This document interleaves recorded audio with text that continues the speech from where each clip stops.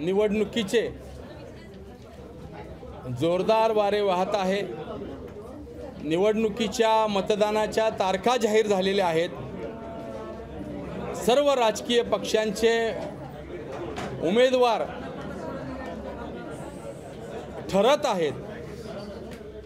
एक भारतीय जनता पार्टीचा कामगार चळवळीतला कार्यकर्ता म्हणून आज मी या ठिकाणी देशातल्या आणि राज्यातल्या श्रमिकांचा आवाज म्हणून ही पत्रकार परिषद आयोजित केलेली आहे। या पत्रकार परिषदेचा हेतूच हा आहे, संसदेमध्ये जे उमेदवार खासदार म्हणून आपण पाठवणार आहात ते जनतेचे प्रतिनिधी म्हणून पाठवणार आहात। सर्वसामान्यांचा आवाज म्हणून तो लोकसभेमध्ये जाणार आहे। सर्वसामान्य म्हणजे कोण तर देशातला 60% श्रमिक आणि शेतकरी आहे, व्यापारी आहे, छोटे मोठे उद्योग करणारा आहे। त्यांचे प्रश्न मांडण्यासाठी आम्ही आमचे प्रतिनिधी संसदेमध्ये पाठवणार आहोत। परंतु आज ज्यावेळेस माझ्यासारखा कार्यकर्ता संसदेमध्ये पाठवणारे प्रतिनिधींचे चेहरे पाहतो त्यावेळेस मला कुठं तो श्रमिकांचा प्रतिनिधी आहे, कामगार चळवळीमध्ये काम करणारा, शेतकरी चळवळीमध्ये काम करणारा, खरोच गोरगरिबामध्ये राबवणार, त्यांचे दुःख जाणणारा, त्यांच्या वेदना जाणणारा अशांचा प्रतिनिधी कमी जाणवत आहेत, प्रमाणच दिसत नाहीये। त्यामुळं भारतीय जनता पार्टी हा माझा पक्ष आहे। माझ्या पक्षाच्या सर्व नेत्यांना मी आवाहन करत आहे की मी पिंपरी चिंचवड शहरामधून ही औद्योगिक नगरी आहे।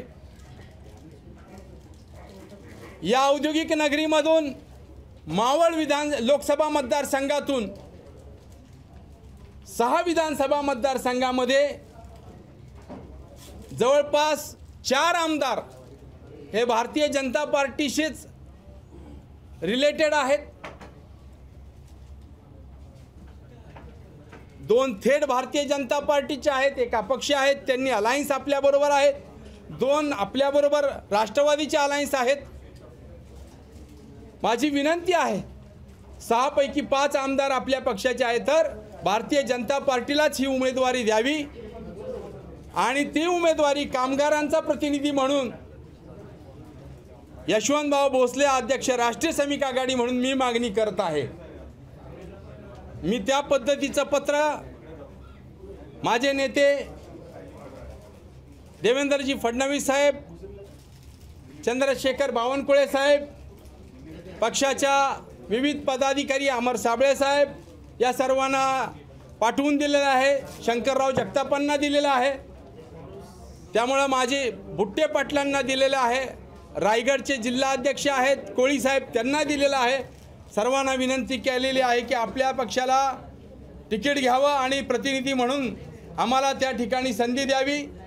देशातल्या करोडो कामगारांना संदेश जावा की हा पक्ष श्रमिकांचा आहे आणि श्रमिकांच्या एका प्रतिनिधीला तरी संधी मिळालेली आहे असं त्या ठिकाणी